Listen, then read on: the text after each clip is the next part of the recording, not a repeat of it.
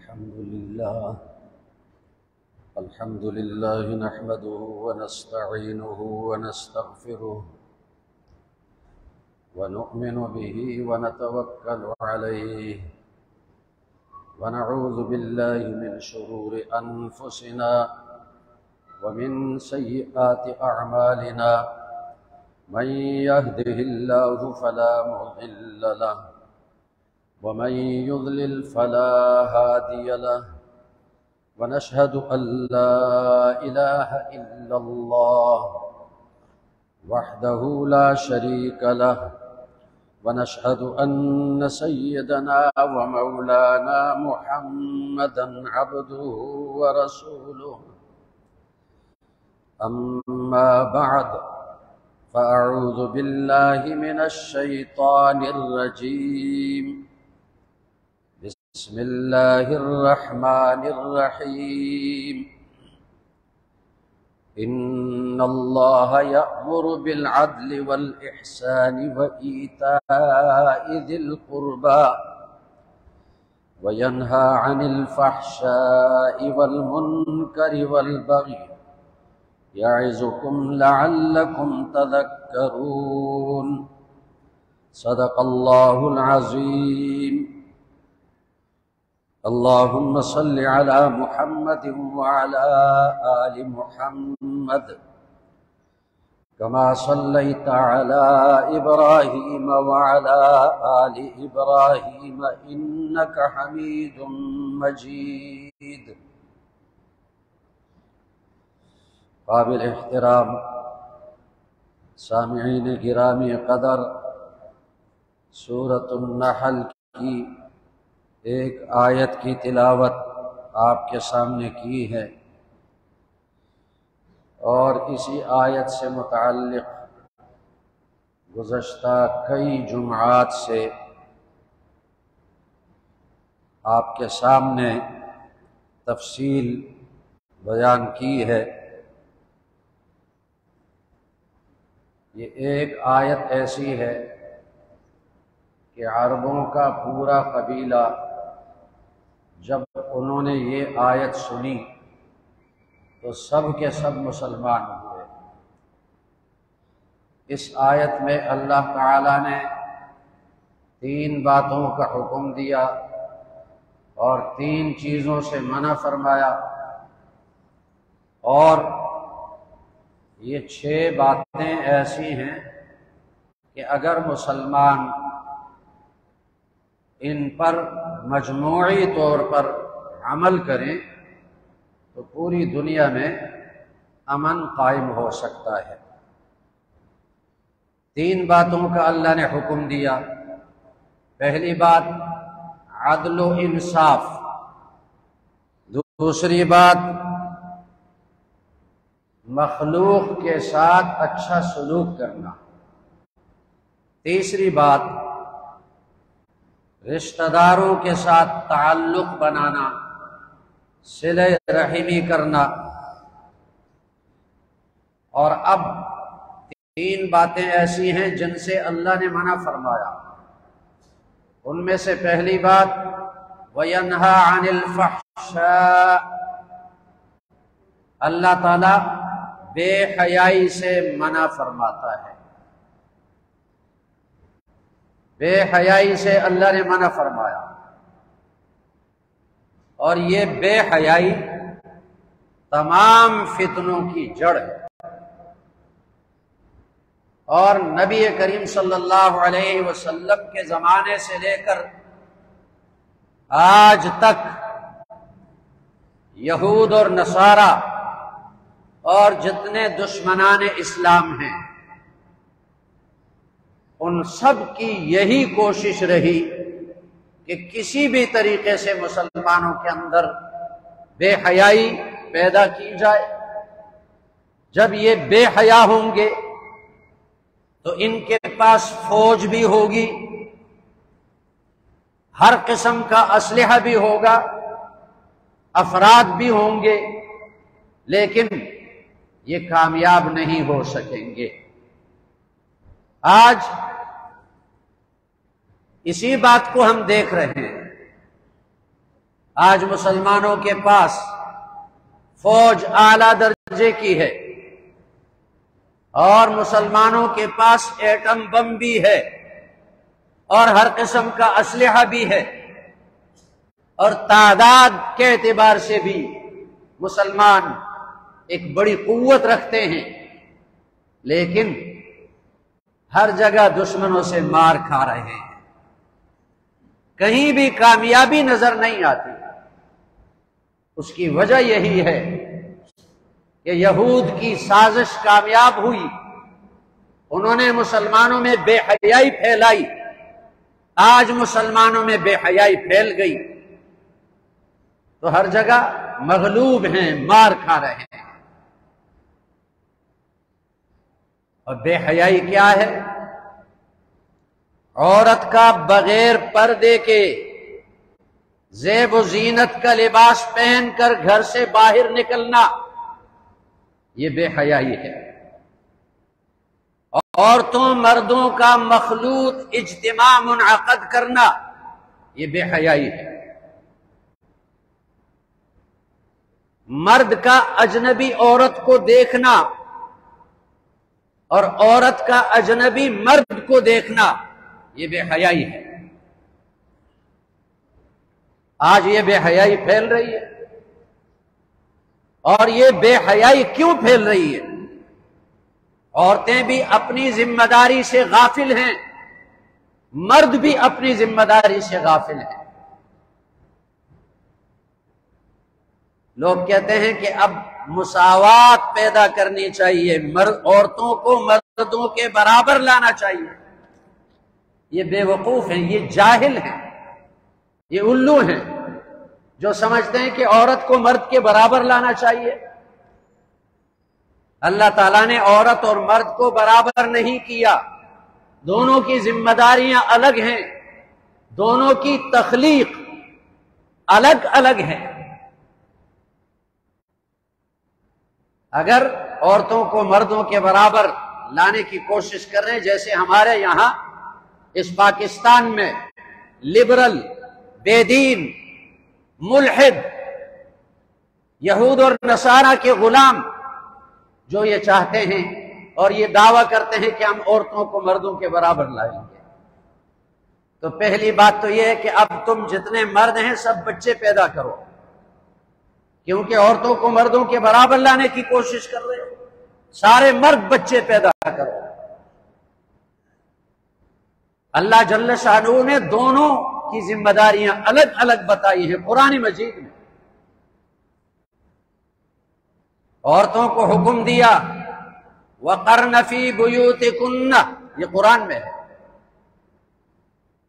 اپنے گھروں میں رہو، بلا ضرورت گھروں سے باہر مت نکلو، 22ویں پارے میں ہے، وَلَا تَبَرَّجْنَ تَبَرُّجَ الْجَاهِلِيَّةِ الْأُولَى، اور اگر ضرورت کے لیے باہر نکلنا پڑے تو زمانے جاہلیت کی طرح زیب و زینت اختیار کر کے، بن ٹھن کے، زینت کا لباس پہن کر باہر مت نکلو۔ کیسے نکلو ضرورت کے وقت؟ یا ایھا النبی قل لازواجک وبناتک ونساء المؤمنین یدنین علیہن من جلابیبہن، اے نبی صلی اللہ علیہ وسلم اپنی بیٹیوں سے کہہ دو، اپنی ازواج مطہرات سے کہہ دو، مسلمان عورتوں سے کہہ دو کہ جب تم باہر نکلو یدنین علیہن من جلابیبہن، اپنے چہرے پر اپنا دوپٹہ لٹکا دو، یہ اللہ کا حکم ہے۔ بہت سے مسلمان کہتے ہیں چہرے کا پردہ نہیں ہے، ہاں یہ درست ہے کہ بے حیا عورتوں کے لیے چہرے کا پردہ نہیں ہے، بے غیرت مردوں کی عورتوں کے لیے چہرے کا پردہ نہیں ہے، بے غیرت مردوں کی عورتوں کے لیے چہرے کا پردہ نہیں ہے، لیکن اللہ کا حکم تو یہ ہے کہ مسلمان عورتوں سے کہہ دو یدنین علیہن من جلابیبہن، اگر ضرورت کے موقع پر باہر نکلیں تو اپنے چہروں پر دوپٹے لٹکا دیں۔ یہ اللہ کا حکم ہے۔ اور پھر آنکھوں کا بھی پردہ ہے۔ اسی قرآن میں اللہ نے فرمایا قل للمؤمنین یغضوا من ابصارہم، مسلمان مردوں سے کہہ دو اپنی نگاہوں کو پست رکھیں، کسی اجنبی عورت پہ نظر مت ڈالیں، غیر محرم عورت پہ نظر مت ڈالیں۔ اور فرمایا قل للمؤمنات یغضضن من ابصارہن، ایمان والی عورتوں سے کہہ دو کہ اپنی نظروں اپنی نگاہوں کو پست رکھیں اور کسی غیر محرم مرد پہ نظر نہ ڈالیں۔ تو مسلمان عورتوں کے لیے تو یہ حکم ہے جو قرآن میں ہے، اور بے غیرت عورتوں کے لیے اور بے غیرت مردوں کے لیے اگر وہ یہ سمجھتے ہیں کہ یہ حکم نہیں، ٹھیک ہے۔ عورت کو حکم تو یہ ہے قرن فی بیوتکن، تمہاری ذمہ داری الگ ہے، تمہارے ذمے بچوں کا پالنا ہے، بچوں کی تربیت ہے، امور خانہ داری کو سنبھالنا ہے، گھر کے کام کاج تمہارے ذمے ہیں۔ اور مرد کو حکم دیا اسی قرآن میں وَأَنفِقُوا عَلَيْهِنَّ، تم اپنی بیویوں کا خرچہ برداشت کرو، ان پہ خرچ کرو۔ لِيُنْفِقْ ذُو سَعَةٍ مِّن سَعَتِهِ وَمَنْ قُدِرَ عَلَيْهِ رِزْقُهُ فَلْيُنْفِقْ مِمَّا آتَاهُ اللَّهُ، اگر تنگ دست ہے تو اپنی گنجائش کے مطابق اپنی بیوی پر خرچ کرے، اور اگر وسعت والا ہے تو اپنی طاقت کے مطابق اپنی بیوی پر خرچ کرے۔ اگر صورتحال یہ ہے کہ عورت خود نکلے، فیکٹریوں میں جائے، دفتروں میں جائے، کارخانوں میں جائے اور ملازمت کرے اور اپنے لیے کمائے، تو پھر اللہ نے یہ حکم کیوں دیا مردوں کو انفقوا علیہن، اے مردو تم اپنی بیویوں پہ خرچ کرو۔ بیوی کے اخراجات کی ذمہ داری مرد کے ذمے اللہ نے لگائی۔ اس سے معلوم ہوا کہ عورت کے ذمے کمانا نہیں ہے، محنت مزدوری کرنا عورت کے ذمے نہیں ہے، ملازمت عورت کے ذمے نہیں ہے۔ آج مردوں نے بھی اپنی ذمہ داری چھوڑ دی، عورتوں نے بھی اپنی ذمہ داری چھوڑ دی، اور جو ملحد ہیں، جو بے دین ہیں، جو یہود اور نصارہ کے آلہ کار ہیں، ان کا نعرہ عورتوں کی آزادی، عورتوں کو آزادی دینی چاہیے، عورتوں کو اختیارات دینے چاہیے، عورتوں کو مردوں کے برابر حقوق دینے چاہیے، ان کا یہ نعرہ ہے۔ لیکن اس نعرے سے انہوں نے جتنی عورت کی تذلیل کی، اتنی تذلیل عورت کی کبھی نہیں ہوئی۔ انہوں نے اپنے نعروں سے عورت کو بازاری جنس بنا دیا، جس کے اعضاء بیچے جاتے ہیں۔ یہ سیلز گرل ہے، اور یہ ماڈل گرل ہے، اور یہ ویٹر ہے۔ عورت اگر اپنے شوہر کی خدمت کرے، اپنے ماں باپ کی خدمت کرے، جب ماں باپ کے پاس ہو ان کی خدمت کرے، شوہر کے گھر میں چلی جائے شوہر کی خدمت کرے، اس کو یہ لوگ غلامی کہتے ہیں، دقیانوسیت کہتے ہیں کہ عورت اس کو غلام نہیں بنانا چاہیے، اس کو غلامی کہتے ہیں۔ اور وہی عورت اس کو ہوٹلوں میں لے جا کر اجنبی مردوں کے بستر صاف کرنا، ان کے بیڈ پر چادریں ڈالنا، ان کو کھانا لا کر دینا اجنبی مردوں کو، اس کو آزادی سمجھتے ہیں، اس کو عورت کی عزت سمجھتے ہیں۔ لعنت ہو تمہاری اس آزادی پر۔ اگر وہ عورت جہازوں میں جائے اور اجنبی مردوں، روزانہ سینکڑوں اجنبی مردوں ان کی ہوس والی نظروں کا نشانہ بنے، ان کے سامنے مسکرائے اور ان کے سامنے کھانا رکھے، اس کو آزادی کہتے ہیں۔ اور شوہر کے آگے کھانا رکھنے کو غلامی سمجھتے ہیں۔ ان کی عقلیں ماری گئی ہیں۔ اولئک کالانعام، یہ گدوں کی طرح ہیں، یہ جانوروں کی طرح ہیں۔ آج کمپنیوں والے، فیکٹریوں والے اپنی مصنوعات بیچنے کے لیے عورت کی تصویریں استعمال کرتے ہیں، کبھی پیر کی تصویر، کبھی سر کی تصویر، کبھی چہرے کی تصویر، کبھی پورے جسم کی تصویر۔ عورت کو بازاری جنس بنا دیا ان لوگوں نے۔ تو اللہ فرماتے ہیں ینہا عن الفحشاء، اللہ اس بے حیائی سے روکتا ہے۔ نبی کریم صلی اللہ علیہ وسلم نے فرمایا الحیاء والایمان قرینان، حیا اور ایمان دونوں ساتھ ساتھ چلتے ہیں۔ جس بندے میں حیا ہو اس میں ایمان ہوگا، جس سے حیا چلی جائے اس میں ایمان نہیں رہتا۔ ایک صحابی بڑے حیادار تھے، زیادہ حیا والے۔ دوسرے شخص نے اس سے کہا، دوسرے صحابی نے، کہ اتنی زیادہ حیا مت کرو۔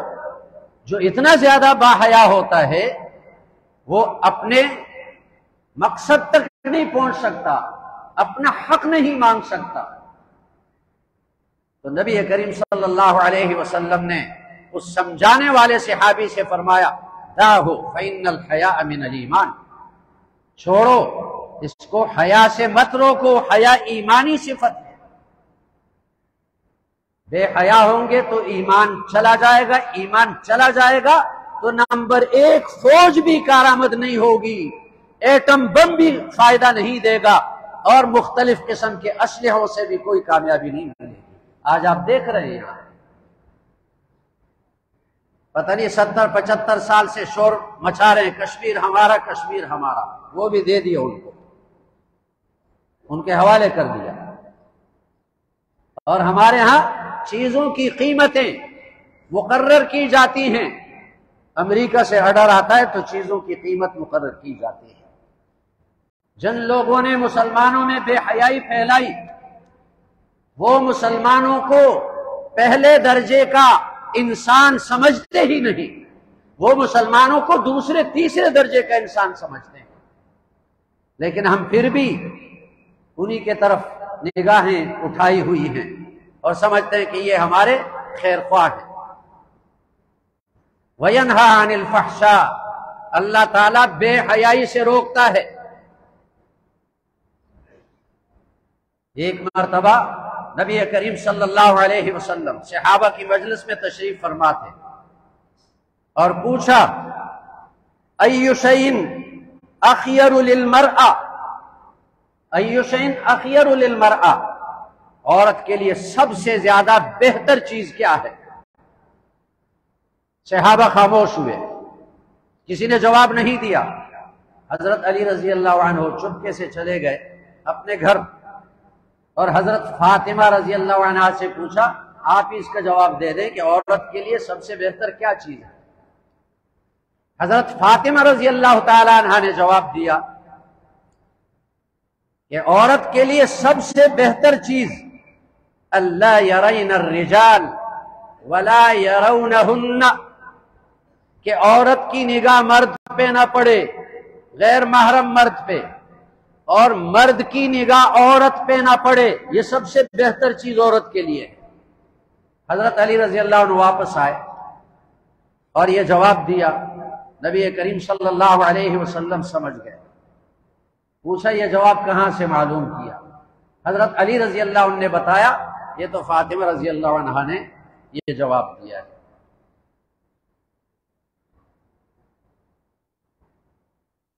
ایک مرتبہ نبی کریم صلی اللہ علیہ وسلم تشریف فرما تھے، ام المومنین ام سلمہ اور ام المومنین میمونہ رضی اللہ عنہما دونوں بیٹھی ہوئی تھی۔ اتنے میں عبداللہ ابن ام مکتوم صحابی آئے جو مسجد نبوی کے دوسرے مؤذن تھے اور نابینا تھے۔ نبی کریم صلی اللہ علیہ وسلم نے فرمایا دونوں ازواج مطہرات سے قوما، چلی جاؤ یہاں سے۔ انہوں نے عرض کیا رسول اللہ انہ اعمی لا یبصرنا، یہ تو نابینا ہے، یہ ہمیں نہیں دیکھ سکتا۔ نبی کریم صلی اللہ علیہ وسلم نے فرمایا افعمیاوان انتما، کیا تم بھی اندھی ہو؟ تم تو نابینا نہیں ہو۔ تو گویا کہ عورت کو نابینا مرد کے طرف نگاہ اٹھانے سے بھی منع فرمایا۔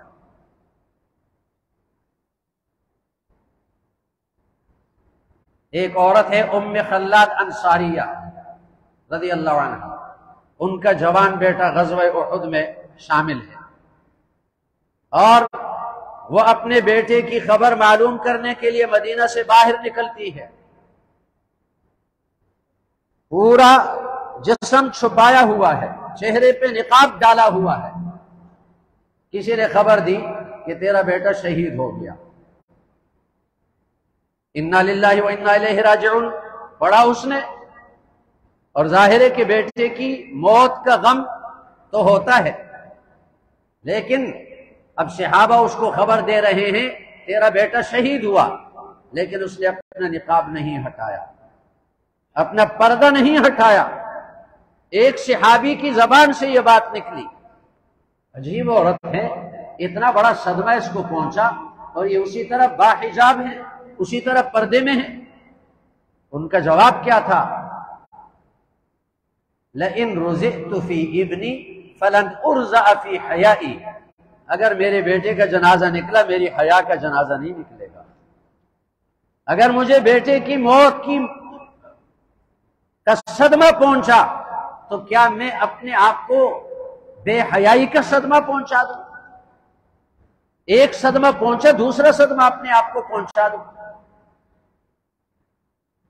آپ جانتے ہیں کہ احرام کی حالت میں مرد سلوار قمیص نہیں پہن سکتا، بوٹ نہیں پہن سکتا، جرابیں نہیں پہن سکتا، سر پہ ٹوپی نہیں رکھ سکتا، 2 چادریں پہنتا ہے احرام کی حالت میں، 2 چادریں۔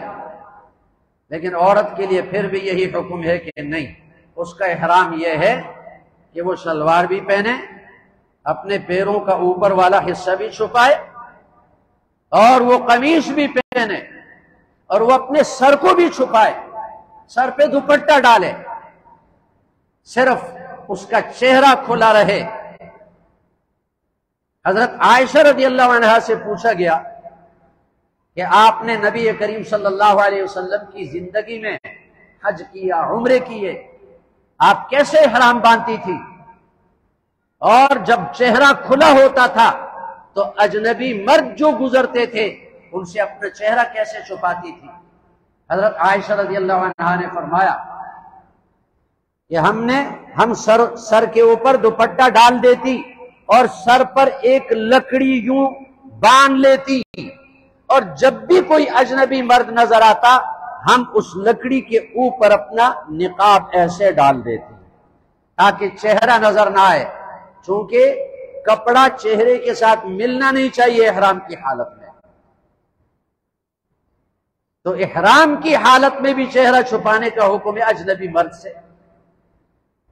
اور آج لوگ کہہ رہے ہیں یہ ملحد، یہ بے دین، یہ لبرل، یہ کہتے ہیں نہیں چہرے کا پردہ نہیں ہے، اور چہرے کا پردہ تو بڑی بات، یہ تو جسم کا پردہ بھی نہیں مانتے۔ مردوں کے لیے حکم یہ ہے کہ اپنے ٹخنوں کو کھلے رکھیں۔ نبی کریم صلی اللہ علیہ وسلم نے فرمایا اللہ قیامت کے دن نظر رحمت سے اس شخص کو نہیں دیکھے گا کہ جس مرد نے اپنے ٹخنے چھپائے ہوئے ہو۔ اور عورت کے لیے حکم یہ ہے کہ ٹخنے بھی چھپائیں اور پیروں کا اوپر والا حصہ بھی چھپائیں۔ لیکن آج یہود اور نصارہ کی غلامی میں مرد کتنے آگے نکل گئے، عورتیں کتنے آگے نکل گئی کہ آج فیشن یہ بن گیا کہ مرد اپنی شلوار پیروں پہ لٹکاتا ہے، پیر بھی چھپے ہوئے ہوتے ہیں، اور عورت اپنے ٹخنے اور آدھی پنڈلی کھلی رکھتی ہے۔ یہ یہود اور نصارہ کی غلامی نہیں تو کیا ہے؟ ایک واقعہ ذکر کرتا ہوں۔ امیر المومنین حضرت عمر بن الخطاب رضی اللہ عنہ کے زمانے میں فتوحات ہوئی، ملکوں کے ملک کفار کے فتح ہوئے،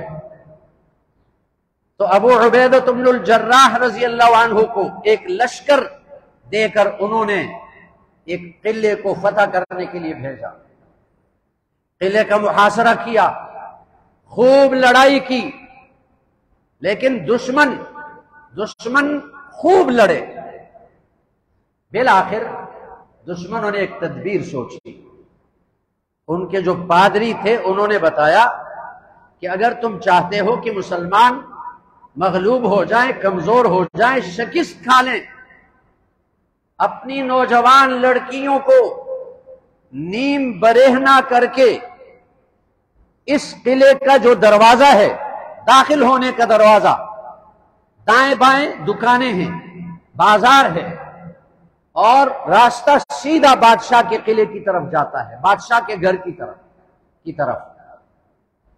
اب تم ایسا کرو کہ دائیں بائیں دکانوں میں لڑکیوں کو بٹھا دو، بے پردہ بے حیا لڑکیوں کو، اور ان کو سمجھا دو کہ یہ مسلمان اگر تمہیں دیکھیں مت روکو، اگر تمہارے ساتھ چھیڑ چھاڑ کریں مت روکو، بالکل کوئی جواب نہ دو، جو کچھ بھی کریں تمہارے ساتھ جواب مت دو، انکار نہ کرو. مسلمانوں کے سپہ سالار ابو عبیدہ بن الجراح رضی اللہ عنہ کو جب یہ خبر پہنچی اور ادھر انہوں نے اعلان کر دیا کہ آؤ ہم اب لڑ نہیں سکتے، قلعے میں داخل ہو جاؤ. ابو عبیدہ بن الجراح رضی اللہ عنہ سوچنے لگے کہ اب تک یہ لڑتے رہے اور اب کہتے ہیں قلعے میں داخل ہو جاؤ. ان کی سازش کا پتہ چلا تو ایک آیت کا ایک جملہ سنایا مسلمانوں کے سامنے، قرآن مجید کی آیت، قل للمؤمنین یغضوا من ابصارہم ویحفظوا فروجہم. پوری آیت بھی نہیں ہے. ایمان والے مردوں سے کہہ دو اپنی نگاہیں پست رکھیں اور اپنے شرمگاہوں کی حفاظت کریں. آیت سنائی، کوئی لمبی چوڑی تقریر نہیں کی. آج کل تو گھنٹہ تقریر کرنے سے بھی مسلمان متاثر نہیں ہوتا. ایک آیت کا ایک ٹکڑا، ایک حصہ سنایا، سب نے اس پہ عمل کیا کہ اللہ کا حکم ہے کہ نگاہ پست رکھو. فاتحانہ انداز میں داخل ہو رہے ہیں، دائیں بائیں عورتیں ہیں، وہ دیکھ رہی ہیں کہ مسلمان کیا کریں گے. لیکن مسلمان اور جو فاتحانہ انداز میں داخل ہوتے ہیں ان کی حالت آپ جانتے ہیں، کتنا توڑ پھوڑ کرتے ہیں اور کتنی بےہودگی اور بے حیائی کرتے ہیں. لیکن وہ بالکل اطمینان کے ساتھ نگاہیں نیچے کیے ہوئے جب چلے گئے، ان لوگوں نے عورتوں کو بلایا اور ان سے پوچھا کہ بتاؤ کیا حالات ہیں، کارگزاری کیا ہے. عورتوں نے کہا کہ کسی مسلمان نے ہماری طرف نگاہ اونچی کر کے نہیں دیکھا. تو ان کے پادریوں نے کہا ایسے مسلمانوں کا تم مقابلہ نہیں کر سکتے، یہ با حیا ہیں، حیادار ہیں، ان کا مقابلہ تم نہیں کر سکتے، اس لیے قلعہ ان کے حوالے کر دو. قلعہ فتح ہوا نظریں جھکانے سے. آج وہ صورتحال نہیں. اس وقت کے یہود کی بھی یہ کوشش تھی کہ مسلمان بے حیا ہو جائیں. آج کے یہود کی یہی کوشش ہے کہ مسلمان بے حیا ہو جائے. تو کیا کشمیر فتح کریں گے؟ کشمیر کو گنوا دیا. جو 70-72 سال سے کہہ رہے تھے کہ کشمیر بنے گا پاکستان، وہ کشمیر دے دیا مودی کو. اس لیے اللہ نے فرمایا ان اللہ وینہی عن الفحشاء، اللہ بے حیائی سے روکتا ہے. اور یہ یہود اور نصارہ عورتوں کے حقوق کی بات کرتے ہیں. میں 2-3 منٹ آپ سے زائد لوں گا. یہ کیا عورتوں کے حقوق ادا کرتے ہیں؟ نبی کریم صلی اللہ علیہ وسلم کا ارشاد مبارک ہے وَفُكُّ الْعَانِيَةِ، قیدیوں کو چھڑاؤ. بخاری شریف کی حدیث ہے، قیدیوں کو چھڑاؤ. یہ حکم تمام مسلمانوں کو ہے کہ اگر تمہارا کوئی قیدی دشمنوں کی قید میں ہو، کفار کی قید میں ہو، تو تم سب پر لازم ہے کہ تم اپنے قیدی کو چھڑاؤ. اپنی طاقت کے مطابق، اپنی بساط کے مطابق، اپنی کوشش کے مطابق، جتنی تمہاری طاقت ہو اس قیدی کو چھڑانے کی کوشش کرو. یہ تمام مسلمانوں کی ذمہ داری ہے. لیکن ہم دیکھ رہے ہیں کہ ایک مسلمان عورت، مسلمان بیٹی، مسلمان بہن ڈاکٹر عافیہ صدیقی 20 سالوں سے امریکیوں کی قید میں ہے اور سخت سے سخت اذیتیں برداشت کر رہی ہیں، تکلیفیں ان کو دی جا رہی ہیں، ستایا جا رہا ہے۔ ان کے لیے اس جیل کو دنیا میں جہنم بنا دیا گیا ہے۔ اب ایسی حالت میں سب کی ذمہ داری بنتی ہے کہ ان کو چھڑانے کی کوشش کریں۔ حکمران، ان کی ذمہ داری بنتی ہے کہ اپنی طاقت استعمال کریں، سفارتی ذرائع استعمال کریں۔ اللہ نے آپ کو طاقت دی، اپنی طاقت استعمال کر کے ان کو چھڑائیں۔ اگر نہیں چھڑائیں گے تو کل قیامت کے دن آپ سے پوچھا جائے گا کہ ایک مسلمان بیٹی کفار کی قید میں تکلیفیں اور اذیتیں برداشت کر رہی تھی، تم کیوں خاموش تھے؟ تم نے ان کے لیے کوشش کیوں نہیں کی؟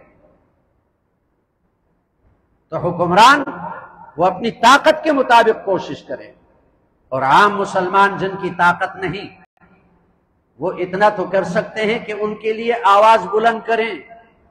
میڈیا کے مختلف ذرائع ہیں، ڈاکٹر عافیہ صدیقی کی رہائی کے لیے آواز بلند کریں اور اس میں سب متحد ہو جائیں۔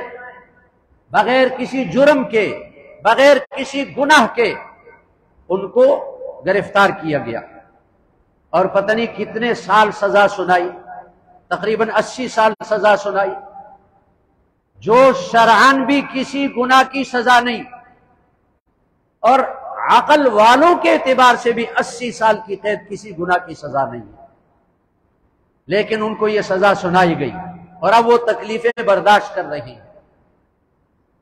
اور عام مسلمان اتنا تو کر سکتے ہیں، اپنی نمازوں کے بعد، اپنی خلوتوں میں، اپنی تنہائیوں میں جب آپ اپنے لیے دعا مانگتے ہیں تو آپ پر حق بنتا ہے کہ اپنی اس مظلوم بہن کی رہائی کے لیے بھی آپ اللہ سے دعا کریں۔ ایسا تو کر سکتے ہیں، دعا تو مانگ سکتے ہیں، اے اللہ ہماری اس مظلوم بہن کو کفار کی قید سے چھڑا لے۔ اگر آپ دعا بھی نہیں کر سکتے اور اس میں بھی غفلت کرتے ہیں تو آپ سے بھی پوچھا جائے گا۔ اب چند دنوں میں ان کی بہن جو ان کے ملاقات کے لیے گئی، 20 سال کے بعد ایک بہن دوسری بہن سے انہوں نے ملاقات کیا۔ آپ سوچیں اگر یہ ہماری بیٹی ہوتی، ہماری سلبی سگی بیٹی ہوتی، بہن ہوتی، تو کیا 1 سال اس کا قید میں رہنا ہم برداشت کر سکتے؟ تو پھر یہ مسلمان بیٹی، امت مسلمہ کی بیٹی 20 سال قید انہوں نے کیسے گزارا اور کتنی تکلیفیں برداشت کی، تو کیسے مسلمان اس کو برداشت کر سکتے ہیں؟ اس لیے اس کے لیے آواز بھی اٹھائیں اور اس کے لیے دعائیں بھی کریں، اور اس کے لیے اپنے حکمرانوں اور اپنے بڑوں پر جو دباؤ کا ذریعہ ہے، دباؤ کا طریقہ ہے، وہ بھی استعمال کریں۔ سبحانک اللہم و بحمدک، نشہد ان لا الہ الا انت، نستغفرک۔